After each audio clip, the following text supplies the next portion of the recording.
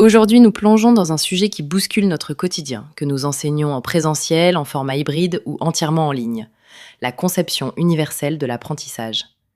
Issue de l'architecture, la CUA vise à concevoir des environnements accessibles à tous dès le départ, en offrant de multiples moyens de représentation, d'action et d'engagement. Les méta-analyses récentes, comme celle d'Al-Mekdad et de ses collègues en 2023, confirment que la CUA a un effet très positif sur les résultats globaux des apprenants. Mais il y a un angle mort crucial.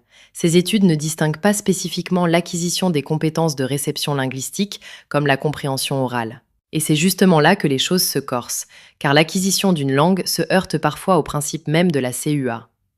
La CUA recommande de fournir systématiquement des alternatives textuelles ou visuelles aux documents sonores pour garantir l'accessibilité. Or, en didactique des langues, développer la compréhension orale exige de construire du sens à partir d'un flux exclusivement sonore.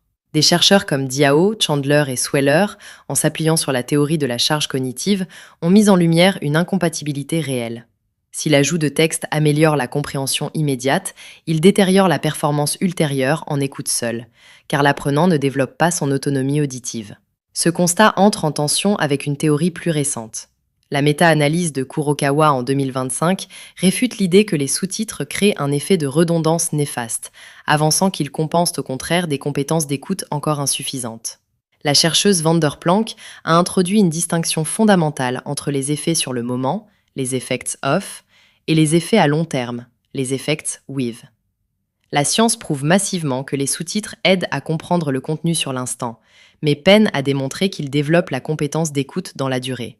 L'étude de Lee et ses collègues va plus loin. Elle met en évidence une dépendance aux sous-titres, particulièrement chez les apprenants les plus faibles, qui crée un cercle vicieux. Un support universel identique pour tous n'est donc pas optimal en langue. Alors, quels sont les outils réellement validés par la recherche ? Pour la compréhension orale, la méta-analyse de référence de Montero-Pérez valide l'efficacité des sous-titres intralinguistiques, l'audio en langue seconde, avec les sous-titres dans cette même langue, qui favorise à la fois la compréhension et l'acquisition du vocabulaire. Le lecteur numérique permettant des pauses aide les apprenants experts, mais impose une charge cognitive extrinsèque trop lourde aux débutants, qui s'épuisent à prendre des décisions stratégiques de pause au lieu de comprendre. Pour la compréhension écrite, les glossaires multimédia combinant texte et images ou vidéos sont très efficaces, car ils engagent une compréhension plus profonde. Les activités préparatoires, qui activent les connaissances antérieures avant la lecture, libèrent quant à elles la mémoire de travail. Concrètement, comment appliquer ces principes dans vos cours ? L'approche la plus scientifiquement honnête est d'articuler la CUA avec un retrait progressif de l'étayage. En présentiel comme à distance, ne laissez pas les sous-titres en permanence. Procédez par paliers. Proposez d'abord une écoute avec sous-titres en langue seconde pour sécuriser, puis retirez-les progressivement pour forcer le traitement sonore. Le sous-titrage par mots-clés constitue un étayage efficace pour des apprenants de bon niveau, mais sa présentation fragmentée risque de déconcentrer les auditeurs plus fragiles. Et selon la théorie de l'apprentissage multimédia de Meyer, c'est à l'apprenant de sélectionner lui-même les mots pertinents pour construire le sens.